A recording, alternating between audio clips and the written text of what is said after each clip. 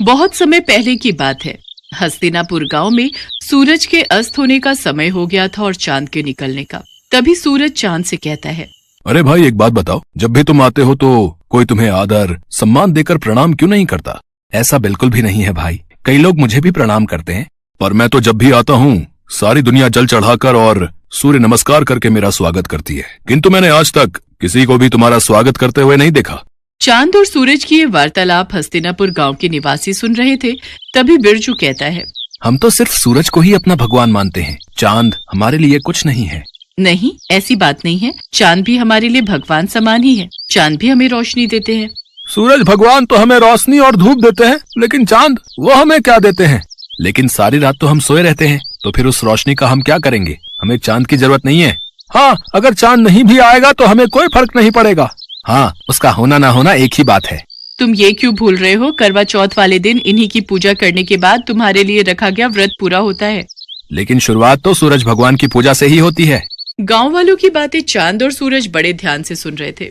उनकी बातें सुनकर सूरज तो खुश हो गया, लेकिन चांद थोड़ा उदास हो गया। फिर सूरज चांद से कहने लगा, देखा, हस्तिनापुर के लोग भी मुझे ही अपना भगवान मानते हैं और उनकी नजर में तुम्हारी कोई अहमियत नहीं है। परंतु मैं भी तो इन्हें रोशनी देता हूँ, और अगर मैं ना रहूं तो मेरे बिना इनकी जिंदगी भी अस्त व्यस्त हो जाएगी। ये तुम्हारी गलतफहमी है। इन लोगों को तुम्हारी बिल्कुल भी जरूरत नहीं है। अगर मेरी जरूरत किसी को भी नहीं है तो ठीक है, आज के बाद मैं आऊंगा ही नहीं। इसके बाद चांद वहां से चला जाता है और उसके जाते ही सारे गांव में अंधेरा छा जाता है।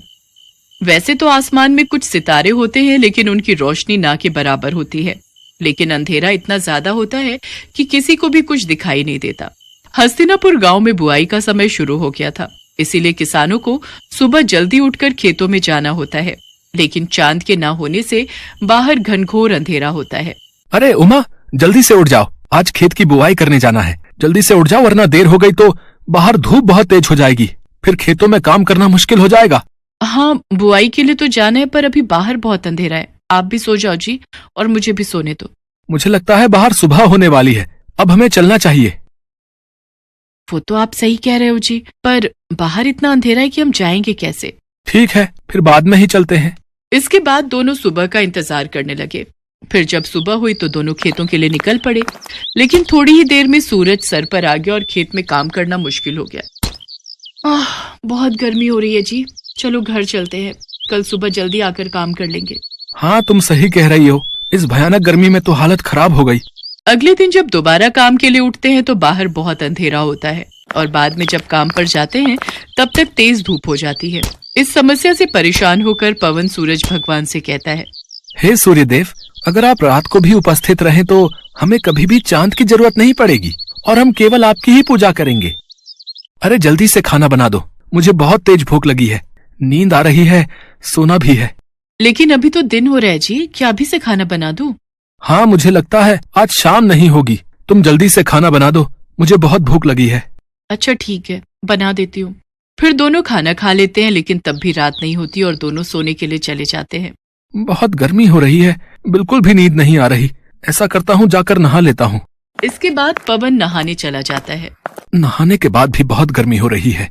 तभी बाहर शोर होता है। पवन और उमा बाहर निकलकर देखते हैं तो बिरजू का बेटा बिट्टू बेहोश पड़ा हुआ था।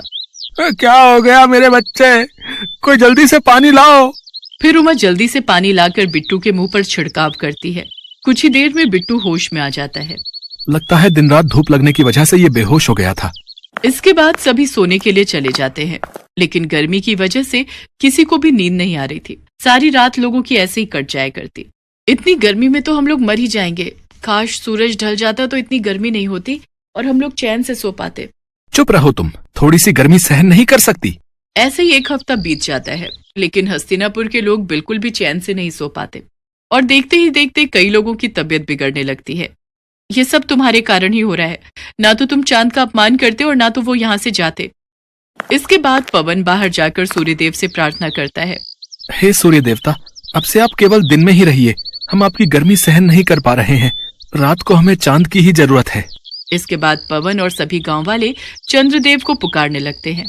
हे चंद्रदेव, हमें माफ कर दीजिए, हमें आपकी भी उतनी ही जरूरत है जितनी सूरज की। हाँ चंद्रदेव, जहाँ दिन सूरज के बिना अधूरा है, वहीं रात आपके बिना अधूरी है। अब से हम आपकी भी उसी तरह पूजा करेंगे जिस तरह सूर्यदेव की करते हैं। ठीक है, मैं रात में तुम लोगों को रोशनी देने के लिए फिर से उपस्थित रहूंगा। मुझे माफ कर दो मेरे भाई, अब मुझे समझ आ गया है कि जितनी जरूरत इस दुनिया को मेरी है उतनी ही तुम्हारी। सूरज ढल गया और अंधेरा होने लगा। तब चांद ने अपनी रोशनी चारों ओर बिखेर दी। इसके बाद सभी गांव वालों ने सर झुकाकर चांद का स्वागत किया और सभी गांव वाले पूरे 1 हफ्ते बाद चैन की नींद सोए।